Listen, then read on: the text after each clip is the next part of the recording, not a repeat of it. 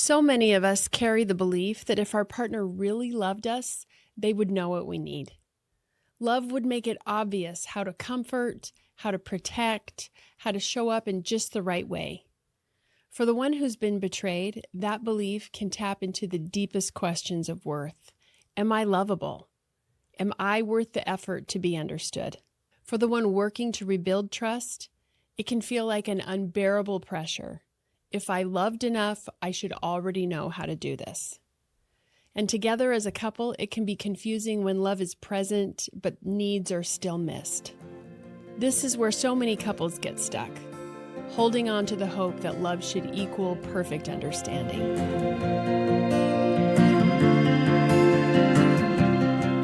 If your relationship has been shattered by betrayal and you feel stuck and lost, you're in the right place. This is From Crisis to Connection, a closer look at the process of how couples in crisis transform betrayal into healing, rejuvenating connection. Every episode, we dissect the healing journey so you can understand what actually works and what you can do to thrive again. You'll step onto a clear path toward personal wholeness and vibrant partnership. We are your hosts, Geoff and Jody Steurer.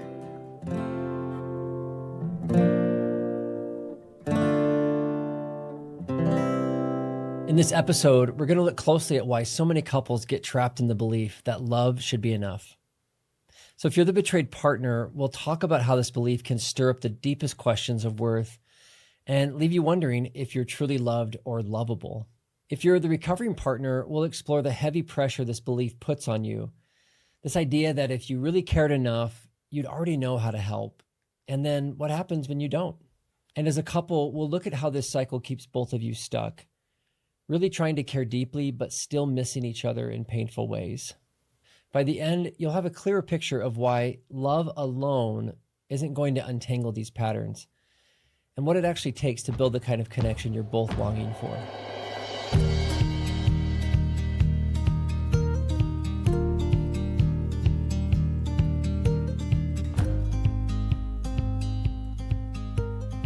So what do you think about this topic, about this idea that if you really love somebody, you'll just know what to do, just in general?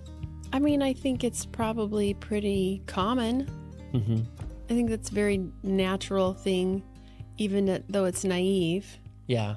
I think we all can end up there. Yeah. What do you think about it? Well, it was interesting as I was thinking through this topic, because this actually came up in a session with a couple I was working with. Mm. And this is where I was like, oh, I really want to talk about this on the podcast. I think it's such an interesting, and it feels common. It's like when it came up, I was like, yeah, I felt that before. Mm-hmm. But what it made me think of is just going back to parent-baby moments. It's like, I remember how much I absolutely loved when our first child was born. I loved him so much. Yeah. Right? Just, never forget it. Life-changing moment. Yeah. But my skill level so zero. was like, I'd never cared for an infant before. Yeah. I had no idea. And I wasn't even the primary caregiver. I mean, you were nursing him and you were with him all day. I was at school all day. Mm-hmm. But I just felt so inadequate, so incompetent, really. I don't know if you felt like that as a new mom. I mean, completely. Okay. Yes. Yeah, 100%. I just assumed. Yeah, I was scared to drive home from the hospital. I do remember that, yeah. I just assumed naively that somehow you would just, because you just would kick into like mom mode or something. But we both were clueless. We were just young parents. Yeah, I mean, I think we probably both had some instincts, which probably most couples do. That's right. With each other. Yeah. But then, there comes a point when you just don't know. Yeah. And I just know that love by itself, just a feeling of love and like affection, adoration would not have kept him alive or safe. Nope. Right. No, it would not have. It required. We had to build some skills. Exactly. And so, so that's to me where this topic landed for me. It was like, love is important. Love's a driver, but love is not enough to help us succeed, whether it's with raising a brand new baby or even being able to repair a relationship or work on a relationship at all. Well, maybe for many couples, that's really where this comment comes from is we've been together for how long? You've known me for how long? And you have not paid attention for how long? How could you not know what I need. Yeah. Okay. Right. So this isn't just There's about some basic. assumptions about, time Yeah. spent together and what that means and what you understand about a person because of that, if you're tuning in. Mm-hmm. Yeah. And I think that's maybe where this belief comes from, because I don't think a partner who's been betrayed, I don't think they have this fantasy belief that they should never have to express needs or talk about what's going on for them, that the person who they're with should just know everything automatically. I don't think it's that immature in most cases. Right. I don't believe that's not been my experience sitting with people. I mean, it's interesting that you say that, though, because I'm imagining just a really basic scenario where a betrayal has come out in a relationship and a betrayed partner is feeling like pretty isolated and withdrawn. And if her partner says, "Hey, what's wrong?" I mean, it kind of seems like an obvious question. Like, what? Why do you even need to ask what's wrong? Yeah. You know what's wrong. So maybe there's some of that. It's complicated. It's got to be complicated because she also could be having, or he for that matter, any response moment to moment because it is a trauma response. Yeah. But yeah, sometimes the obviousness of it, or what seems so obvious to us in our heads, just really isn't to others. Right. And I guess that's really what's at the core of this whole conversation. Yes. And I think that to me is where, and I'll just call it a fantasy. Oh, that hurts. It's true, but it hurts. Okay, it's fine. A dream, right? A longing. I know. Yes. Yeah. Right. There's you're maybe right. other words that don't. No, it's all the same. Yeah. It's all the same. That's true. But I think that's where that comes from, is this idea. And to me, it's a very innate, like hardwired feeling that we have from birth, which is this sense of like, I need someone to see me and take care of me when I'm really hurting and I'm struggling. And the vulnerability of having to say that can sometimes make it feel like if I have to say it, then you don't care or it doesn't count. Oh, yeah. Okay, yeah. You with me? Yeah. But you just can't draw a straight line there. I know. Yeah. Yeah. But I want to validate the longing. I think it's a very normal longing. And I mean, there may be some people out there who are just like, whatever, I don't expect anybody to know my needs and I'll just ask for it. And I'm so direct and whatever. Some people are very good at that. And there are people, they've had life experience that has just made that a skill that they have needed to develop. Right. But what I'm talking about is that I think we all start off that way, just biologically, relationally, attachment wise. We just start off not being able to express our needs and counting on someone to notice and care and like be there for us. Right. I kind of disagree about that, because I mean, the baby mother dance is one of like a baby expressing, and that's how mom knows when things are okay or not okay. Yeah. Okay. And so like if a baby is not okay, they're crying, they're fussy, they're cranky, they have all sorts of ways to communicate that, and they do not shy away from it. They have no social constraints around it. Yeah, so maybe what I'm thinking of, because I agree with that, obviously, that's how that works. Yeah. So maybe what I'm trying to work out here is that at some point there becomes there's a longing there as you get as you get older, perhaps as a young child or a young person, where you just are maybe hoping at some level that somebody will just know you and see you and care about you. Wouldn't you say? Yes. And I think a lot of that comes from our media. I think there are these crazy messages in love stories that kind of show that that when partners love each other, they instinctively know. I mean, I cannot count the number of times that individuals in love stories will see, like, hear just a one-off comment or see a glance and be like, oh, something's not right. And every time I'm like, seriously, that is not how it works. That is so dumb. It's just so not real. But somehow we kind of get fed that we can have these expectations that if somebody really does love us, all we have to do is just have a side glance at most, and somebody will like feel that the temperature changed and they, so I think there is an undercurrent of those messages, and that comes with a love story. Yeah. Yeah, I agree. I think that those are fraudulent messages about how relationships work. Mm-hmm. Do you think that there is a healthy longing just to be known by somebody? That's kind of maybe where I'm going, right? That's kind of where I'm going. Yes, longing to be known for sure. Yeah. But needing to be known without having to teach somebody who you are, not so much. Not so much, yeah. And I think that's maybe going back to the infant thing. It's like we do, you're right. I mean, I love that you reference that. We absolutely come into this world being very clear about our needs. As clear as we can. Clear as a baby can. And so maybe that's part of the issue too, and that's part of the dance, because the baby is crying. Clearly, the baby knows what will satisfy, but the crying doesn't say much. It just is kind of a bunch of trial and error to get it figured out. Yeah. And so on a more sophisticated level, in a attachment relationship, it's a similar thing. I can be communicating to you all day long in this way that makes sense to me about who I am and what I need. And it might be completely just going over your head or just missing you entirely. Right. So I think in a betrayal context for a betrayed partner to and I get this. I get that when you're betrayed, when there's been secrets, when there's been lines crossed, I think it's very normal to feel like I am not cared for, I am not loved. Oh, right. 100%. I mean, that's just where you're going to go with that naturally. Yeah. And so then when the other person isn't really knowing how to show up and have accountability, be empathic, all the things that are required to rebuild trust and connection, it can further deepen that belief that this person does not love me or care about me. And if they did, they would, and this is the, right, then they would know how to do that, or that they would care to learn how to do that. Right. That's okay. Yeah. Yeah. What's your reaction to that?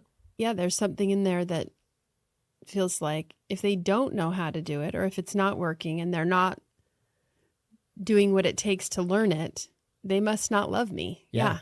And I guess I would say that I believe that. I believe that if the person who broke the trust is not actively caring and trying to figure it out, then they are not loving. They don't know how to love. Doing the act of love. Exactly. And I get that there's a lot of things that can even block them from acting. They can be in trauma. They can be frozen themselves. They can have their own stuff. There can be a lot of things in the way for sure. But I do think that the idea of love or commitment or desire will help them figure out why they're not getting that done. What's in the way? What's blocking it? And to me, that's how love is manifested in repairing a broken relationship, is in the efforting or the trying to get it right. Yeah. So I guess I would say it definitely makes sense why, as a betrayed partner, you would feel unloved, and then why you would expect or hope that if this person cared about you, you would feel something different from them. But I guess I would warn against automatically believing that you're unlovable because they're not getting it right, or that they don't care about you because it's not landing perfectly. Is there a struggle? Is there effort? Are there things happening that are demonstrations of commitment and repair, which I think is driven by a desire to be there for that person? And then really, if that's going to be, I'm just taking the next step, really, if that's going to be successful, then the betrayed partner will need to be willing to practice the vulnerability necessary to explain to their partner what they need. Yeah. Even in a really they're in a vulnerable state, and then they're going to have to be brave and say, this is what I need. This is what I picture in my mind. This is what comfort looks like to me, or this is that kind of thing. Yeah. And I think you had said this earlier, or maybe it's just something we've talked about, but if a betrayed partner has already asked for that or tried to explain that so many times before, and it's not landing, or it never really happened, or they keep not getting it, that can start to feel like this person really isn't listening, doesn't care, isn't paying attention. Or and that is may be not true. capable. Uh-huh. And that's a whole new Yeah. place you got to figure Yeah. out. I definitely would want every betrayed partner out there to know that their lovability, their worth and value is absolutely not connected No. to the person's efforts who hurt them No. or lack of efforts. No. And to personalize that creates a lot of additional suffering, I don't think is Yeah. healthy and is not true. Yeah. You've been through enough to make you question whether you're worth loving at all. And when the person who hurts you fumbles or misses what you need, it's so easy to draw a straight line back to yourself and believe that you don't matter. But that is simply not the truth. Your worth is intact. What you deserve is effort, honesty, and repair.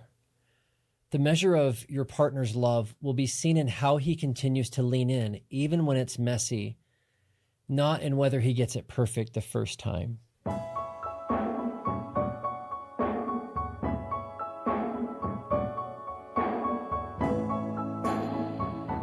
All right, so on the flip side, with the recovering partner, I do think there is a lot of pressure. Now, whether this is the pressure coming from the betrayed partner feeling like, well, if you cared about me, you would just know what to do. I've seen that before. In fact, that's how that came up with this couple I was talking to, was that this particular partner had struggled for decades to really communicate, this is what I need, this is what I need. And the other person wasn't hearing it, wasn't getting it, wasn't doing it. And so then it became this straight line of like, if you love me, you would just know what I need because I've already told you. I'm not just magically hoping you'll know. And so it felt like That's a lot reasonable. of, I feel like that makes a lot of sense. Yeah, I think it's a sensible thing to feel that and experience that.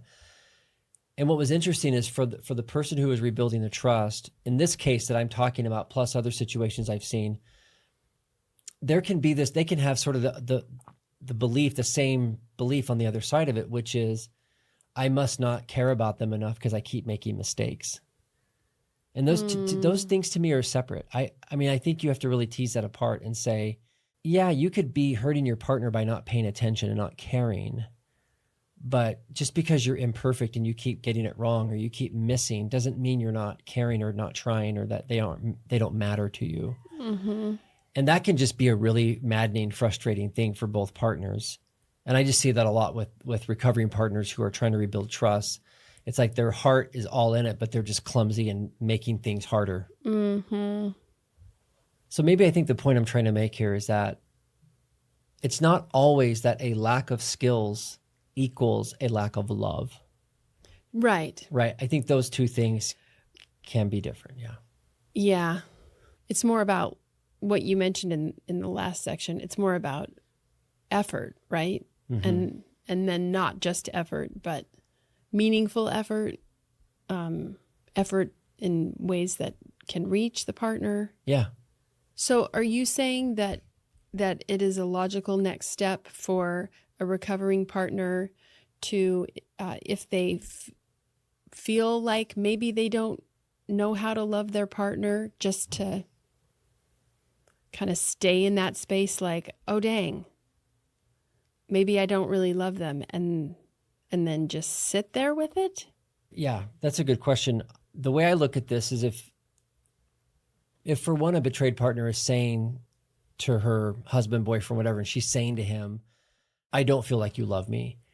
I feel like if you love me, you would know what to do or you would keep doing this. I think it's important for the person who broke the trust to really check themselves on that and say, what am I doing, right? If love is a verb, if I'm really doing something loving, what am I doing? Am I making excuses? Am I hiding? Am I deflecting? Am I just trying to put this on the other person? Am I just curling up in a ball? Yeah. Am I just expecting somebody else to make this better? And so I think it's an important self-confrontation, a self-check to say, like, am I doing the things that love requires of me to really show up and sacrifice and be uncomfortable and do those things? And if you're the recovering partner and you are doing all these things and you're really trying and working and listening and meeting with counselors or, reading, listening to podcasts, going through courses, like really trying to get educated and understand how to do these things, and your partner is still saying, I don't feel loved, then I think you should ask some additional questions. I think you should really, I mean, definitely. right? Yeah. So maybe it's part of the pitfall here that a recovering partner might just very authentically and commonly believe that they've got to get this figured out on their own, that they're just supposed to know somehow, and that if they just effort enough, it'll work out without really finding out what they can do that will reach her specifically. Sure, that happens sometimes. Sometimes it can be they just go sort of solo and just try and fix it on their own and expect that their effort should mean something. I was joking about that the other day with somebody he was kind of like, yeah, I just finally realized. He was kind of like knocking himself on the head, being like, I mean, it took me forever to realize that, me, in his case, me cleaning up the house wasn't going to help my wife feel safer with me. She didn't want that. She's like, come sit with me, come care about how I'm feeling, and he was just like zipping around trying to get stuff done. So I do think that, yeah, there's oftentimes just head down, I'm just going to do what makes sense to me, or I'm just going to try and fix this on my own. And then there's some people that will just basically outsource it to their betrayed partner and just say, well, just tell me what to do and I'll do it, Oh. And to me, both of those efforts are not loving. I think loving is about tuning in and seeing, like, why does my partner feel unloved, even though I'm doing things or struggling? Yeah, they're strangely like things you can do, either one, but they both avoid the vulnerability it takes to go to her and find out exactly what she needs from you that you're not giving her. Yeah. I mean, I can't even think of how many times in our own relationship, how many times I have just assumed that I knew what you needed. And you're like, you've never asked me. And I'm like, oh, right. Because that's a lot more direct and harder, especially if your partner says, reveals that, you're not getting it done. And I think a lot of guys that I work with, at least men in general, I'm big time generalizing here, but can almost feel like we should just know what to do. I think that's something that I think a lot of us It's not manly to not know what to do. Or to ask for directions. Yeah. That's kind of the joke, right? Like, no, I know where to go. That used to be the case before GPS, I think, back before phones. So it's not, so we can't face. use that metaphor anymore, but the sentiment is the same. Absolutely. It just speaks to the male desire to know how to handle any situation. Yeah, I think that there's a belief, a very deep belief that we should just know what to do and we should just understand how to be there and make things better, fix it, whatever. I think that the desire to fix it, the desire to make it better can certainly be coming from love, but this is where the self-confrontation and the self-check comes in, which is, I think it can also come from wanting to reduce your own anxiety.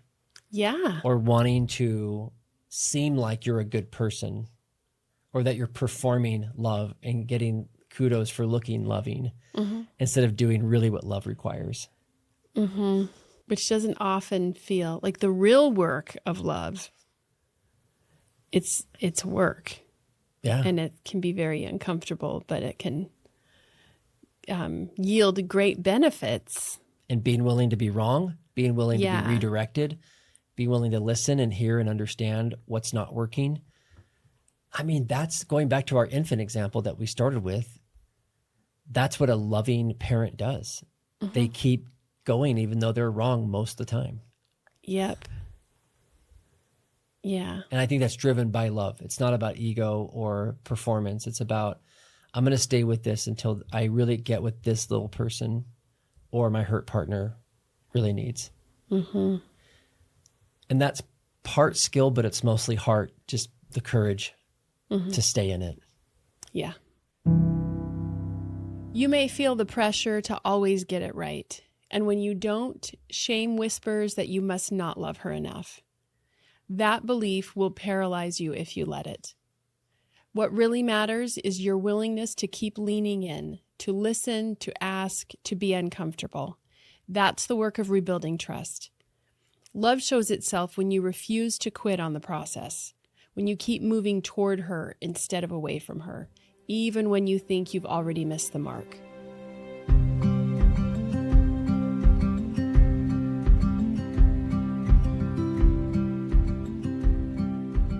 Putting this all together for a couple, I think there can be a belief that if we both just loved each other, this would just work. We would just, right? Yeah. Yeah. Yeah. And again, maybe that goes back to the myths that were sold around that love is enough, that love will somehow, carry us through really complicated, difficult things that we have to work through. Mm-hmm. And Yeah. I think like for women and a lot of the women's literature, it looks like men who just understand her emotional world and her emotional needs and know exactly how to respond to it. And for men, it's everything I do in the bedroom will be just right, and it'll just work like magic every time. unspoken. Yes, both very unspoken. Mm-hmm. That like the two in the ways that like resonate the most.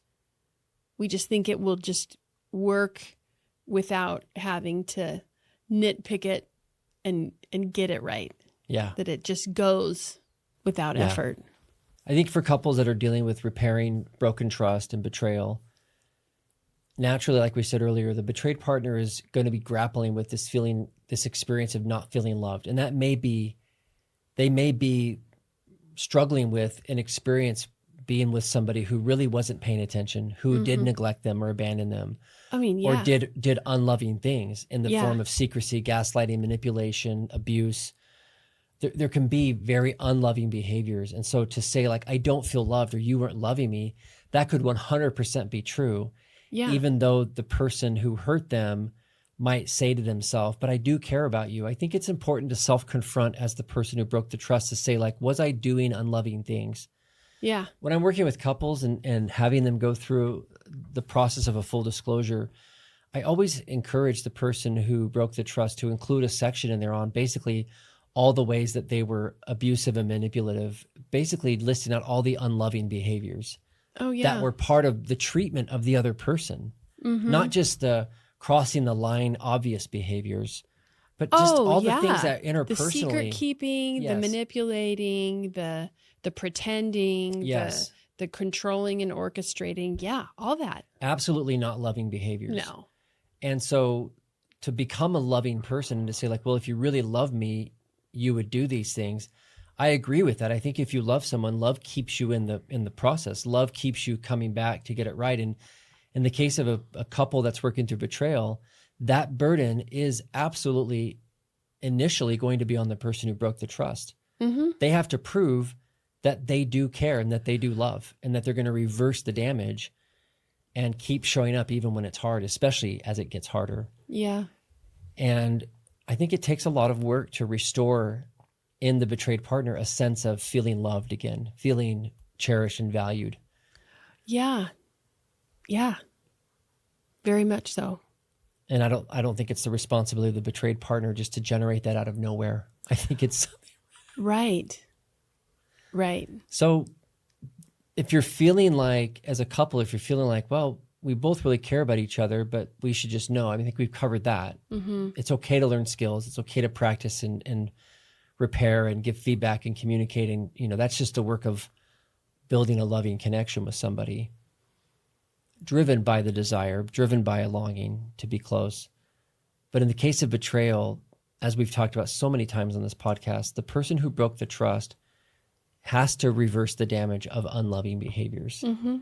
And that will require some skills that have to be learned. But a lot of it really is just going to be the heart space and the belief system around, it's my responsibility to make this right. I caused this. Mm-hmm. And that's not on the betrayed partner to somehow carry that. For both of you, love matters, but love alone doesn't repair broken trust. What brings healing is the staying, the practicing, the risking of vulnerability, the willingness to learn new ways of showing up for each other. Love is what gives you the desire to fight for this relationship. But it's really the daily choice to stay engaged, to keep repairing, that will build the connection you both long for. If this feels familiar, missing each other even when you care deeply, we've created a free resource to help you start moving forward. It's called You, Me, Us, A Way Forward After Betrayal. Inside, you'll find simple tools that help you do exactly what we've been talking about. Name your needs clearly, begin responding to one another in ways that bring safety, and practice building connections step by step. Whether you're the betrayed partner longing to be seen, the recovering partner working to show up better, or the couple trying to rebuild trust, these tools will give you a starting point you can use right now. You'll find the link in the show notes.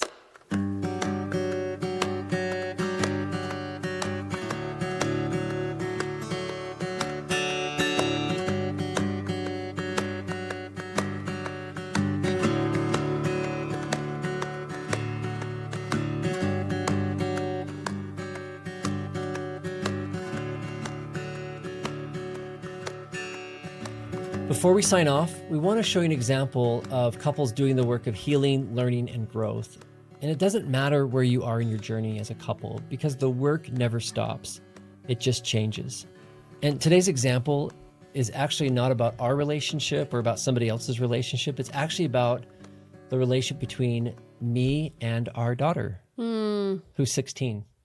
Yeah. Yep, you know what I'm talking about? I do. Yeah. So there's been a win recently, and I'm really excited about it. It's been really, really cool to see this change. For some time now, I don't know how long, months. It's been a long time. Yeah, a long time. She's been pretty short with me, right? Kind of catty in a way, like, snappy and just distant and don't, Very irritable. Yeah. Yeah. Yeah. Yeah, toward you in particular.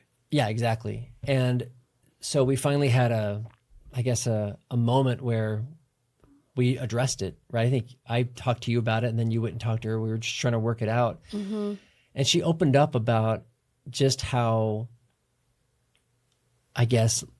disconnected she felt from me. How she felt like I wasn't prioritizing time with her, that I was spending more time talking about her brothers or work things or just other things going on. She just felt invisible. Even some of your hobbies. Yeah. Yeah. And I really thought about what she said, and I thought, you know what? She's right. I've not been intentionally seeking her out. And I had all kinds of reasons, right? She had a full-time job all summer, and we just were missing each other a lot. But I wasn't going out of my way just to do one-on-one things with her. Yeah. And it was important to her to know that you cared enough to kind of seek her out. So she was brave and named it because I was not picking up on it. And anyway, well, you were picking up on the difficulty. Oh yeah, it was troubling to you. Yeah, so it was really powerful when she just named that. I think in the conversation you said, when she shares with you, don't say anything, just listen to her. Yeah. And I know this on paper, but right when you're in it with your own stuff, it's always so much harder. But I just listened, and I said, thank you for sharing all that with me. And then I gave it a day or two just to think about it. And we were busy, and I think she was gone anyway. Long story short, I just pulled her aside just a few days ago, and I said, you're totally right. I have not been going out of my way and prioritizing one-on-one time with you. And I love that matters to you because it really matters to me, but I've not been doing it. And so I'm going to fix it. I'm going to start making time for you. And so I said, let's schedule a date this week, and let's schedule a date every single week where it's just you and me, and we'll go do something. And I just had not been in the habit of doing that with her. And it was like night and day difference. Yeah, she really warmed up. We would joke that she's kind of like a cat, and kind of particular and not always wanting to get too close or, just finicky and in relationship and affection and stuff. But that changed dramatically. Almost instantly. And I think, right, it was this protest for connection. And when I responded to that and told her that she was absolutely right and I'm going to make more time for her and scheduled it. Yeah, you didn't just say it either. You said, we should do this. And then you did it. Oh, yeah. And you said, when are we doing it? And then you made plans for a few nights away. But sooner than that, she invited you into her world. Her world, yeah. And even wanted to go run errands with me and just really started connecting more. And it just really, for me, was another witness and reminder of what I already know, but it's just so beautiful to see it in practice, which is, right, accountability, ownership, looking for what's true in it, and then just prioritizing connection and doing something about it. Mm-hmm. It's powerful. And I'm grateful that, you know, she was able to articulate what she needed. I was able to respond. And I love it when it works. I love it when it comes together like that. And if it had taken longer and there was broken trust, and let's say there had been years of this, which there hasn't been, but let's say that it had been like years of me not paying attention, it probably would have taken a lot longer than just a few days. Sure. Which is fine. And I know that would be the right thing to stay with it. But Yeah. it was nice that, you know, there could be some measurable changes right away. Mm-hmm.